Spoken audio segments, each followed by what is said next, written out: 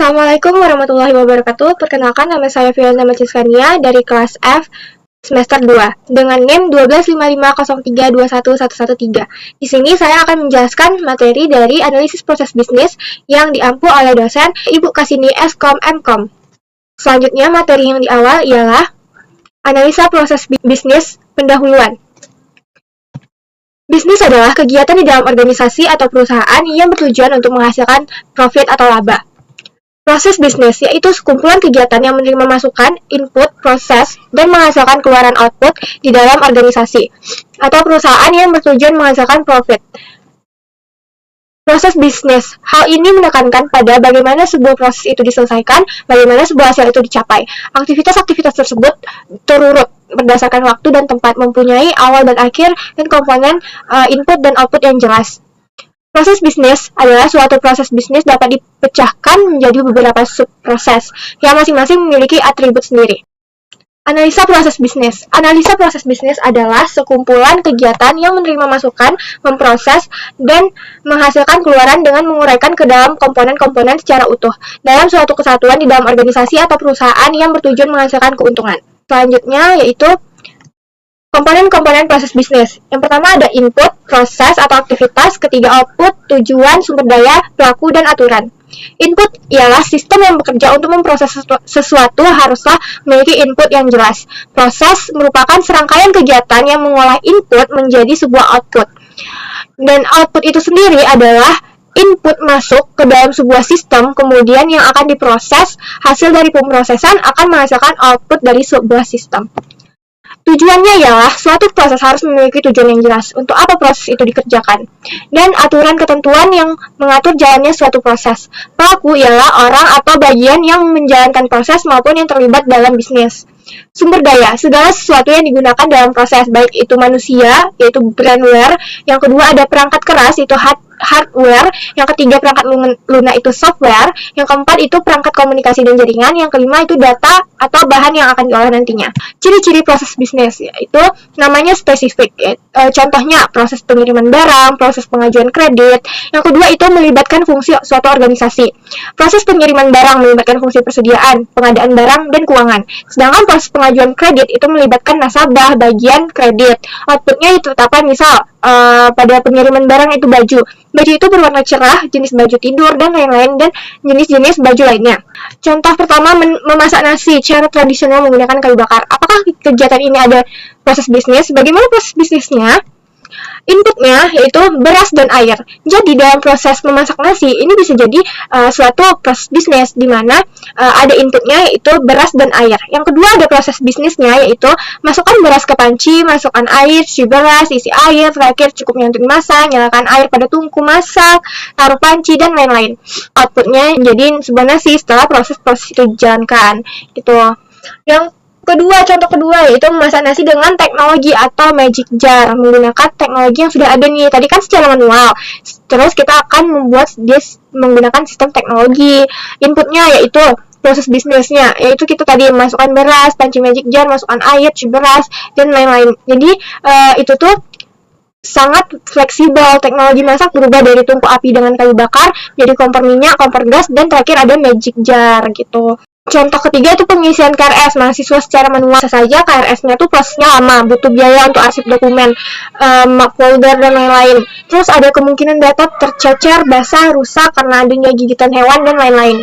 Kemudian terjadi kesalahan input data pada saat pencatatan di KRS. Misal, jumlah jatah SKS tidak sesuai dengan IP atau indeks prestasi. Selanjutnya, teknik mengetahui proses bisnis, yaitu dengan melakukan wawancara, observasi, teknik dokumentasi, kuesioner, JAD, Joint Application Development adalah sebuah teknik pengumpulan data yang mengizinkan anggota tim proyek, pengguna, dan manajemen untuk bekerja sama mengidentifikasi persyaratan untuk sistem. Selanjutnya, analisa proses bisnis yang dimulai dengan tahapan. Tahapan ini adalah tahapan membentuk suatu sistem menjadi sebuah sistem yang akan kita buat nanti. Yang pertama itu ada as-is system, di mana kita perlu adanya planning. Planning itu sendiri adalah perencanaan, di mana apa sih yang mau kita buat, kita bisa melakukan yang tadi namanya observasi dan wawancara dan lain-lain. Dengan planning kita bertujuan dan mendapatkan sebuah analisis masalah yang akan kita hadapi. Untuk apa sistem ini kita buat dan untuk apa hal ini akan dilakukan dan apa manfaatnya dari sistem ini.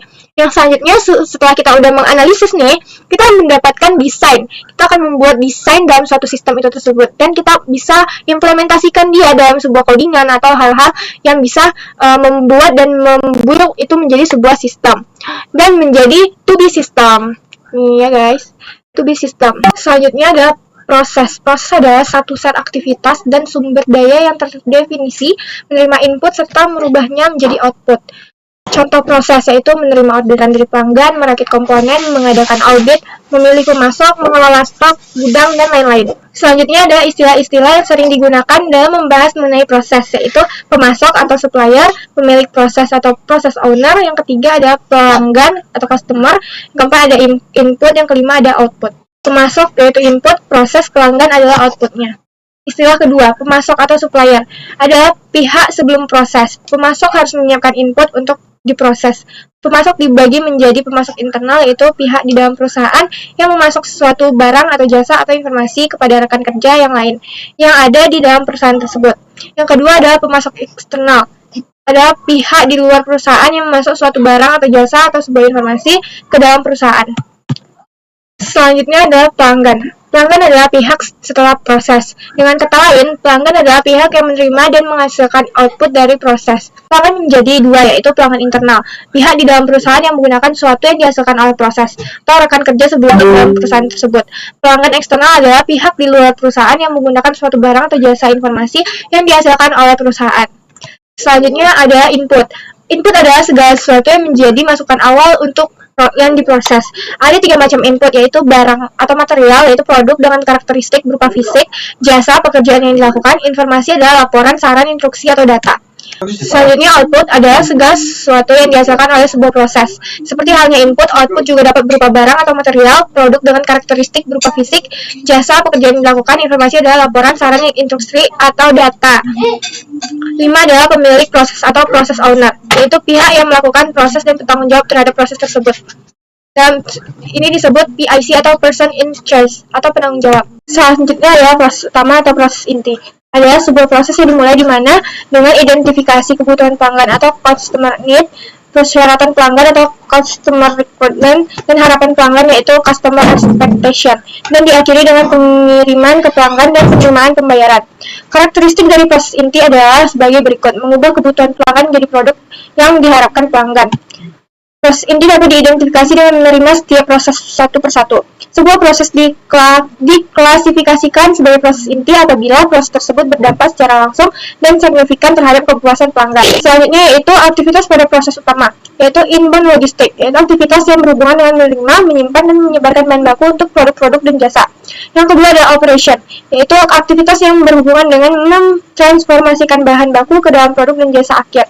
Yang ketiga ada outbound logistik, yaitu aktivitas yang berkaitan dengan penyimpanan, pengelolaan, dan distribusi produk jadi dari perusahaan kepada pelanggan atau distributor. Yang keempat adalah marketing and sales.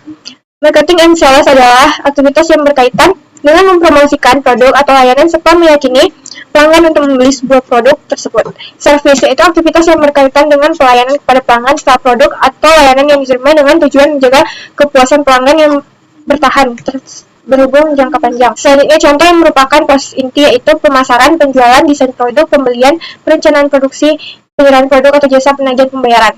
Yang kedua adalah proses pendukung. Proses ini meskipun tidak secara langsung memberikan nilai tambah pada produk, namun perlu dilakukan untuk menjaga keberlangsungan dari proses inti. Selanjutnya yaitu aktivitas pada proses pendukung. Yang pertama adalah procurement, yaitu aktivitas yang berkaitan dengan proses pengadaan atau pembelian sumber daya yang dibutuhkan oleh perusahaan untuk menjalankan kegiatan operasionalnya. Yang kedua adalah technology development, adalah aktivitas pengembangan dan pemanfaatan teknologi untuk meningkatkan dalam proses bisnis perusahaan. Ya, human resource management, yaitu pengelolaan sumber daya manusia dalam organisasi suatu perusahaan. Yang keempat adalah firm infrastructure, yaitu seluruh sistem organisasi dan manajemen yang mendukung jalannya kegiatan perusahaan secara keseluruhan. Materi selanjutnya ialah materi SIPOC. SIPOC adalah salah satu tools yang digunakan dalam penerapan Six Sigma, yaitu gambaran yang diberikan mengenai pengaruh dari proses terhadap pelayanan konsumen. Hasil akhir dari SIPOC analisis ini adalah sebuah template untuk menentukan proses sebelum Anda memulai untuk memetakan mengukur suatu proses. SIPOK yang artinya adalah S, yaitu supplier, yaitu mencakup segala sesuatu yang menyediakan input dan memasukkan terhadap proses. Yang kedua itu input, yaitu menentukan material service dan informasi yang akan digunakan untuk suatu proses menghasilkan output. Yang ketiga itu proses, menentukan urutan dari suatu aktivitas yang ada, biasanya dilakukan dengan menambahkan variabel value dari input untuk memproduksi output yang akan diberikan customer. Yang ketiga yaitu output, ialah informasi yang bernilai guna bagi customer. Hasil dari proses merupakan produk service. Yang kelima yaitu customer, yaitu menangkap semua user yang menggunakan output berasal dari proses.